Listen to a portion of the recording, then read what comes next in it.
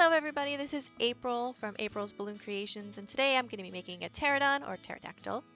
This is the head, so we start at the little knob at the top of the head and then the little beak. And there you go. This is a very simple design. It only uses 3 green balloons and then a white one if you want for the eyes, but I highly suggest it. Now we're going to work on the body. So I started with the little tail, because I think it's cute to have that little piece there. Then the legs, and then I'm just guessing where I want the body and the head to go. Now the rest of these 2 balloons are easy. You just go back and forth till they're all gone. Makes it look really nice and simple, and you don't waste any balloons. I love that. Now, as you can see, you can do all different colored pterodons. It doesn't have to be green, but I chose green because that's the color kids want.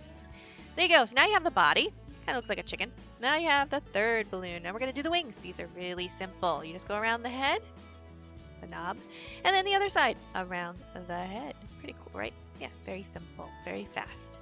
And now you're going to go up and find the midpoint and just twist that, and then twist that into the bottom. Now you could twist it into the tail, but I find if something's going to pop, it's usually the little tail, so I like to twist it around the legs instead, just to make it a little more sturdy.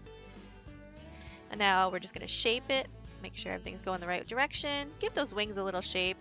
So I just go down and I give it a quick twist and a little squish. Quick and simple. When you have a lot of kids, quick and simple is the best. Alright, so now his body is done, so now he just needs his eyes. The quickest way and the cutest way, of course, is to just grab a white 5-inch balloon and twist it in half. But you could just draw eyes there if you wanted to. But I'm going to use the eyes. So just twist it in half and stick it around. And again, you could use the little knobby at the top of the head, but I like to use the sturdier point, which is his beak. So we're going to twist it around the beak.